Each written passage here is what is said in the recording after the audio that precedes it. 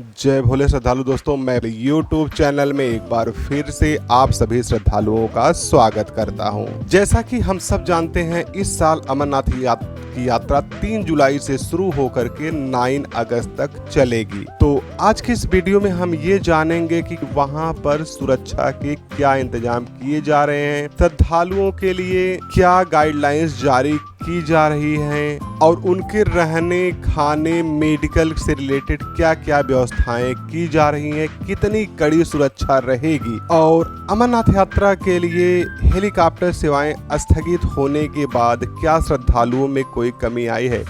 तो श्रद्धालु दोस्तों, आज के इस वीडियो में हम इन्हीं सब के बारे में डिटेल में जानेंगे। तो मैं बता दूं श्रद्धालु दोस्तों कि 22 अप्रैल से पहले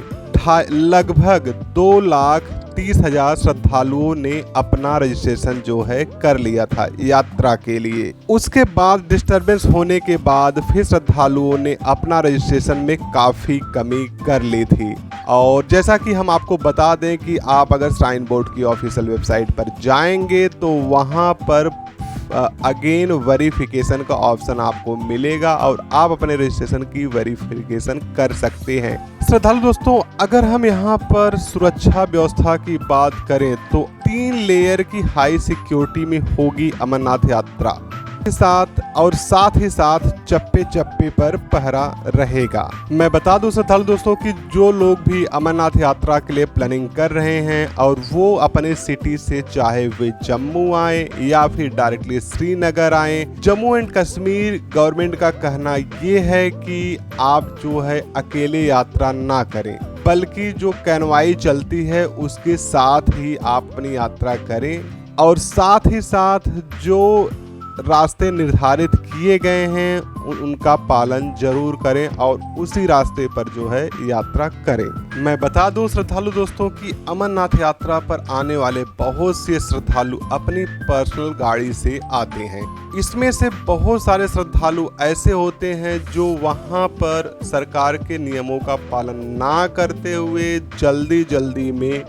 किसी भी रूट से और कभी भी जो है वो अपनी ड्राइविंग स्टार्ट कर देते हैं कि कितनी जल्दी श्रीनगर या फिर पहलगाम और बालटाल हम पहुंच जाएं। तो श्रद्धालु दोस्तों, ऐसा बिल्कुल भी ना करें, कैनवाई के साथ ही ट्रेवल करें और जो भी वहाँ पे नोटिफिकेशन आते हैं उसका अच्छे से पालन करें। देखिए श्रद्धालु दोस्तों, मैं तो यही कहूँगा कि अपनी सेफ्टी अपने हाथ में रहती है, तो इसलिए सरकार की जो भी नियम जारी करती है उसका पालन जरूर करें। श्रद्धालु दोस्तों, अगर हम अमरनाथ यात्रा के दौरान सुरक्षा व्यवस्था की बात करें तो इसके लिए CAPF की 180 कंपनियों को तैनात किया जाएगा। और अगर हम पिछले वर्ष की बात करें तो पिछले वर्ष की तुलना में इस साल 30 कंपनियां जो हैं वो ज़्यादा हैं। अब सबसे इम्पोर्टेंट बात मैं ये बता दूं श्रद्धालु दोस्तों कि जैसा कि हर साल अमरनाथ यात्रा ट्रेकिंग और पोनी और पालकी के साथ साथ हेलीकॉप्टर की सेवाएं भी होती थी, लेकिन इस साल श्रद्धालुओं की सुरक्षा को ध्यान में रखते हुए इस साल अमरनाथ यात्रा के लिए हेलीकॉप्टर सेवाएं स्थगित कर दी गई हैं और अमरनाथ यात्रा 2025 को नो फ्लाइंग जोन डिक्लेयर कर दिया गया है। अब जैसे कि जो सीनियर सिटीजन होते थे, जो लेडीज़ होते थे या फिर जो ऐसे लोग होते थे जो कि ट्रेकिंग के साथ साथ चाहे वो पोनी हो या पालकी हो उससे यात्रा नहीं कर सकते हैं, तो ऐसे श्रद्धालु लोग जो है जब नो फ्लाइंग जोन डिक्लेयर किया गया था तो उसके बाद उन लोगों ने अपना डिसीजन चेंज कर दिया और फिर उन्होंने इस साल यात्रा पर ना आने का अपना डिसीजन बना लिया। तो इससे भी हम कह सकते हैं कि हेलीकॉप्टर स्थगित होने से भी श्रद्धालुओं में इस साल काफ़ी कमी आई हुई है। और मैं आपको एक बार फिर से बता दे रहा हूं कि सुरक्षा कारणों से यात्रा के लिए जाने वाले सभी श्रद्धालुओं के वाहनों को जम्मू से आगे सुरक्षित काफिले में ही चलना होगा। और जो एक कट ऑफ टाइमिंग होती है, जैसा कि मैंने पहले भी वीडियो में बताया होगा कि जम्मू से आप जब भी निकलते हैं तो एक कट ऑफ टाइमिंग होता है और साथ ही साथ बीच में जो भी सिक्योरिटी चेकिंग है वहाँ उसको भी क्रॉस करने का एक पर्टिकुलर टाइम होता है। अर्ली मॉर्निंग 6 से 7 बजे के बीच में ही आप जम्मू को छोड़ दीजिए श्रीनगर के लिए। तो श्रद्धालु दोस्तों, अगर मान लीजिए आप दोपहर के टाइम जम्मू आ रहे हैं तो आप जम्मू में उस दिन रोक लीजिए और नेक्स्ट डे अर्ली मॉर्निंग जो है आप श्रीनगर के लिए जो है निकलिए। अब श्रद्धालु दोस्तों, अगर हम ये जानना चाहते हैं कि श्रद्धालुओं की सुरक्षा के लिए क्या क्या इंतजाम किए जा रहे हैं, तो हम इस बात से अंदाज़ा लगा सकते हैं कि जो दोनों रूट हैं, बालटाल रूट और चंदनवाड़ी पहलगाम रूट हैं, इन रूटों को जो है, इनके जो रास्ते हैं, जो रोड हैं, इनको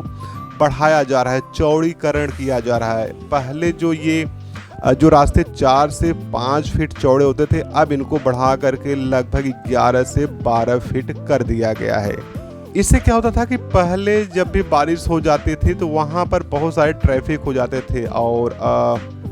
रास्ते भी जाम हो जाते हैं, लेकिन अब ये जो चौड़ीकरण कर दिया, ये जो बढ़ा दिया है, इससे ये सारी दिक्कतें जो है नहीं आएंगी और आसानी से जो भी श्रद्धालु एक पॉइंट से दूसरे पॉइंट तक पहुंचना चाहते हैं वो जो है बिना किसी ट्रैफिक के आसानी से पहुंच सकते हैं। और साथ ही साथ श्रद्धालु दोस्तों, मैं आपको बता दूं कि वहां पर मेडिकल कैंप के भी अच्छे इंतजाम कर रहे हैं। जो बेडों की संख्या है उनको बढ़ाया जा रहा है, तो किसी भी श्रद्धालु को अब डरने की जरूरत नहीं है। अपना आराम से और सुरक्षित अपनी यात्रा जो है कंप्लीट कर सकते हैं। चलिए श्रद्धालु दोस्तों, अब लास्ट में हम बात कर लेते हैं कि तीर्थ यात्रियों के लिए जम्मू में ठहरने की क्या व्यवस्था की गई है।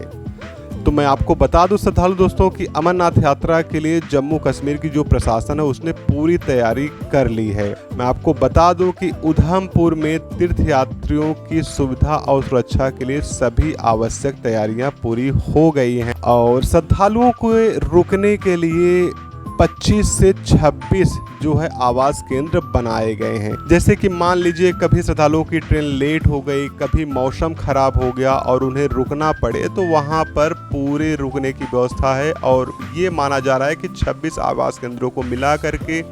उसकी जो क्षमता है वो पर डे 6,500 श्रद्धालु रुक सकते हैं। बाकी अगर हम पानी, शौचालय, भोजन और सभी जो है सुरक्षा व्यवस्था जो है की गई है,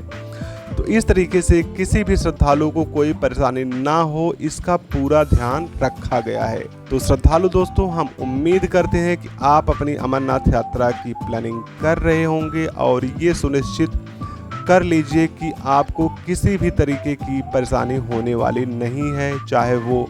रुकने खाने की व्यवस्था हो या फिर सुरक्षा की व्यवस्था हो, किसी भी तरीके से कोई भी परेशानी होने वाली नहीं है। तो आप अपनी यात्रा की प्लानिंग कर लीजिए और बाबा अमरनाथ के दर्शन कीजिए। हर हर भोले, जय महादेव, ओम नमः शिवाय।